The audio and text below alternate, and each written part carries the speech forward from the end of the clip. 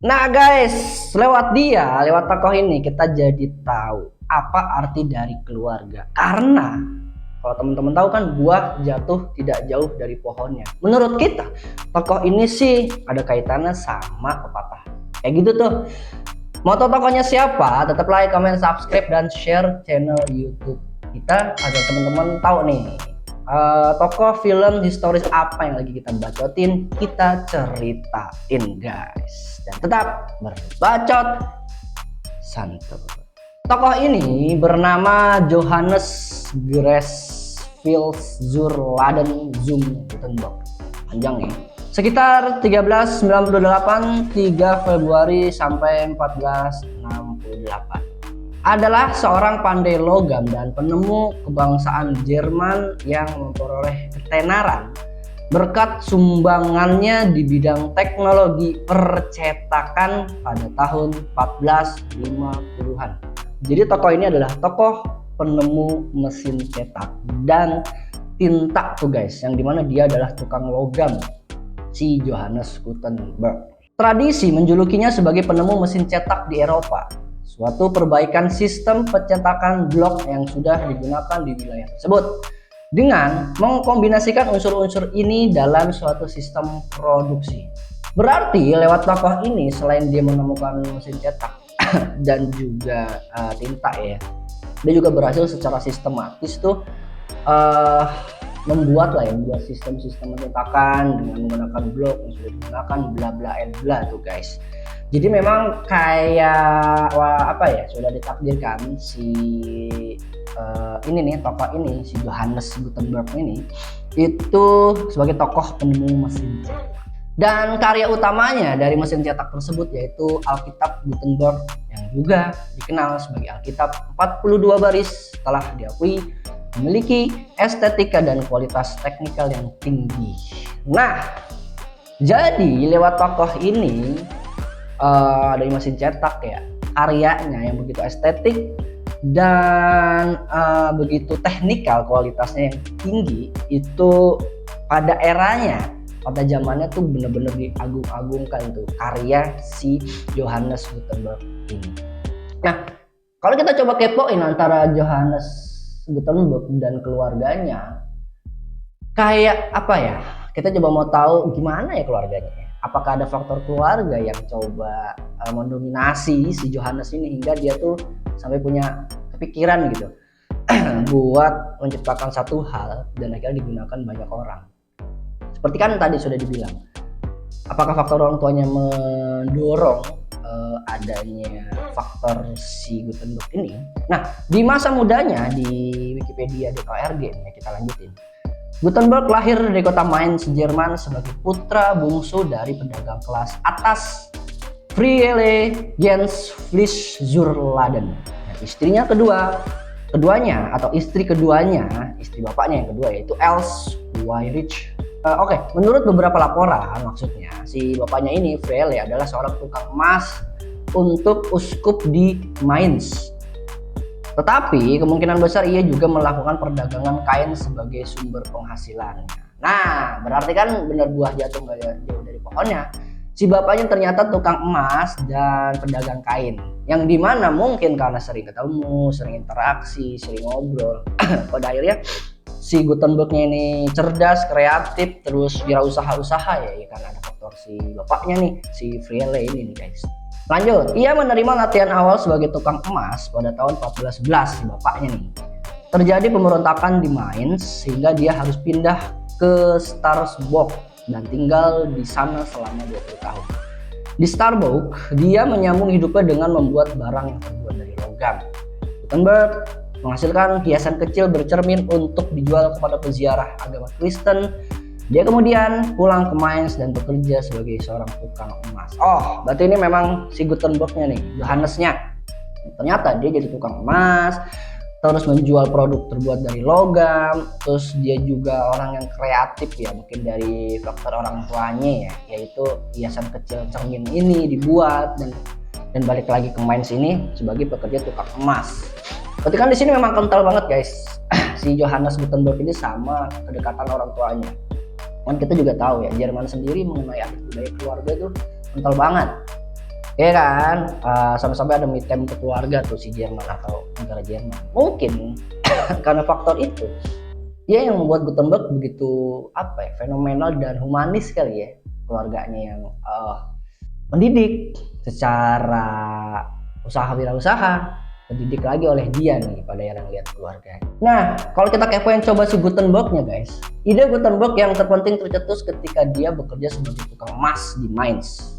Dia mendapat ide untuk menghasilkan surat indulgensi dengan membentuk kop huruf untuk mencetak surat indulgensia dan banyak agar dia mendapat banyak uang untuk membayar hutang-hutangnya ketika dia bekerja sebagai tukang logam dahulu. Dan indulgensi itu adalah dalam ajaran gereja Katolik, indulgensi adalah penghapusan hukuman atau siksa dosa sementara temporal karena dosa-dosa yang telah mendapatkan ampunan. Nah, jadi Gutenberg itu menghasilkan surat indulgensi di satu poros, yaitu si agama ini yang pada akhirnya sih lewat adanya si indulgensi ini duit yang dihasilkan tidak sembarangan, mungkin karena kebutuhan kali ya, kebutuhan si indulgensi ini buat agama itu memang dibutuhkan, untuk itu berani bayar mahal buat si Gutenberg ini bisnis lah ya, atau membuat itu karena alasannya juga si Gutenberg ternyata dia kenapa mau untuk membuat surat indulgensi itu karena dia terlilit utang guys. Di masanya dia dulu kerja sebagai tukang logam. Kita nggak tahu ya kan, mungkin tukang logam kebutuhannya besar,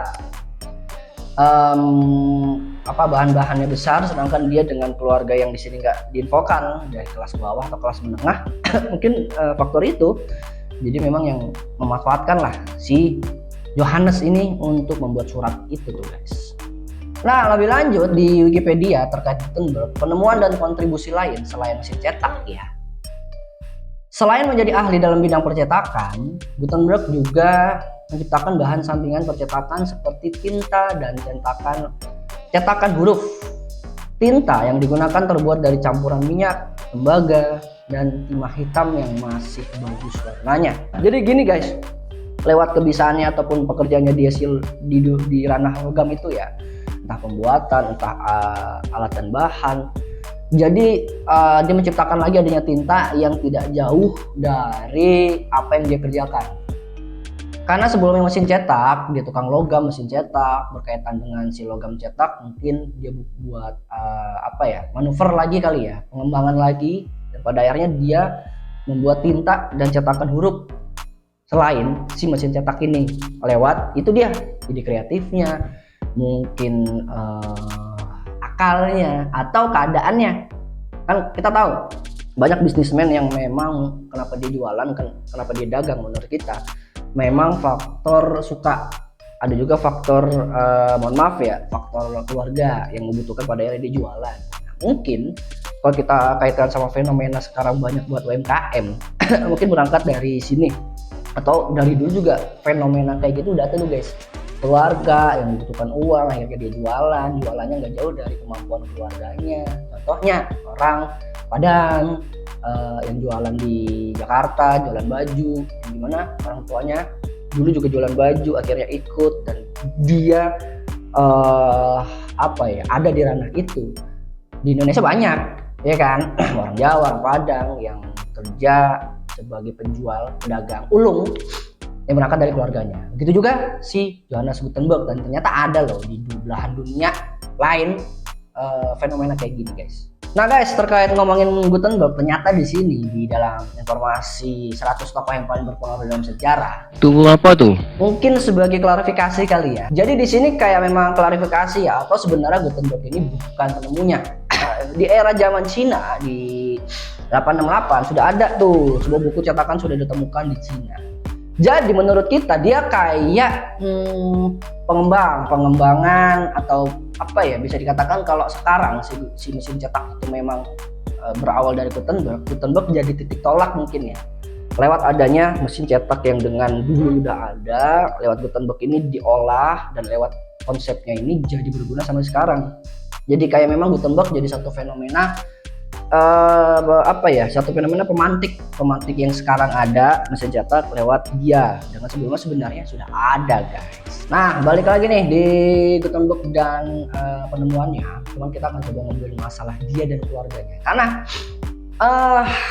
apa ya, seru juga ngobrolin dia dan keluarganya yang kita tidak tahu di Jerman itu budayanya kayak gimana sih. Nah kalau coba kita kepoin budaya Jerman ya, sebenarnya kayak gimana sih budaya Jerman, yang pada akhirnya apakah dia memang terpengaruh oleh si budaya ini, karena kan memang Indonesia aja punya budaya, anak kecil di Indonesia aja sudah pandai menari atau apa kan, karena memang punya budaya banyak adat istiadat. Nah di Jerman bagaimana, apakah ada pengaruhnya sama si Gutenberg? Nah di lister.co.id terkait ciri-ciri budaya Jerman,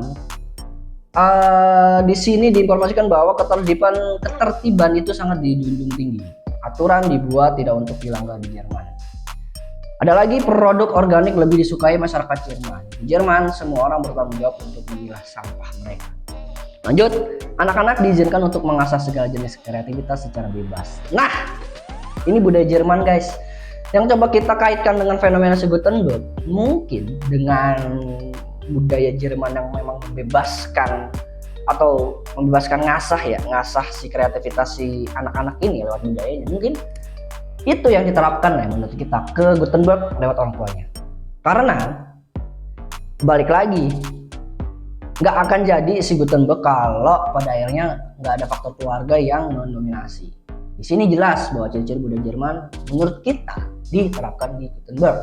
Lanjut, di budaya Jerman, pendidikan adalah aspek yang sangat penting di Jerman. Pengasuhan anak juga sangat penting. Seorang ibu yang meninggalkan anaknya.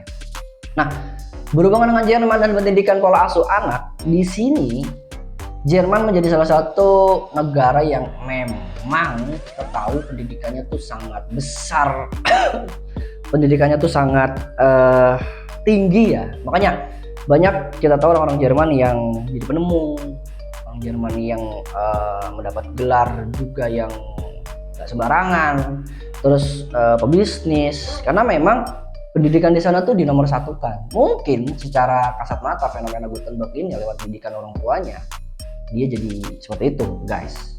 Yang kita coba kaitkan dengan Gutenberg kayaknya lekat banget ya sama hubungan orang tua dan anak ini menurut gue.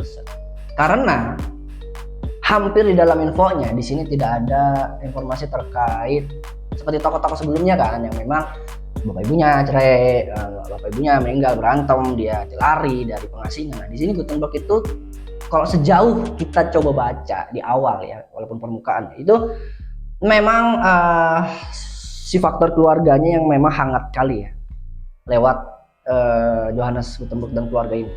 Cuma kalau menurut kita adalah keluarga yang kecil, sederhana, kerja memang yang dia bisa ya di bidang logam, di bidang kain, di bidang mesin cetak. Kayak memang teman-teman juga sering nemuin kali ya tetangga-tetangga kita yang nggak ribet gitu. Dia hidup ya udah apa adanya, hidup nggak terlalu mikirin orang. Karena budaya juga di Eropa atau di Belanda, kita juga dapat informasi bahwa di Belanda sendiri ada budaya yang namanya tidak perlu mementingkan orang lain, ya kan? Karena kenapa di Eropa sendiri masih jadi nomor satu masalah budaya? Di sana memang yang penting tuh gua dulu pentingin sama keluarga, orang lain tuh nanti. Bukan berarti tidak bersosialisasi ya, tapi ya itu balik lagi fenomena di Belanda atau di Eropa yang memang keluarga adalah segalanya, dan keluarga punya energi guys buat pemicu, buat buat jadi penentu anak bisa baik ke depannya guys. Nah tapi bagaimana kalau misalkan perilaku anak-anak itu dari orang tuanya, apakah benar? Nah di sini di halodoc.com bahwa orang tua yang menunjukkan perilaku antisosial akan menciptakan anak-anak dengan perilaku antisosial juga. Menurut penelitian dari University of Chicago, penelitian yang dilakukan oleh Dogan, Konger, Kim, dan Machine ini menarik kesimpulan bahwa perilaku antisosial yang dimiliki anak merupakan hasil observasi dan interpretasi mereka dari perilaku orang tua. Anak-anak lihat apa yang orang tua mereka tampilkan dalam perilakunya dan menirunya karena menganggap itu adalah hal normal dalam kehidupan sosial.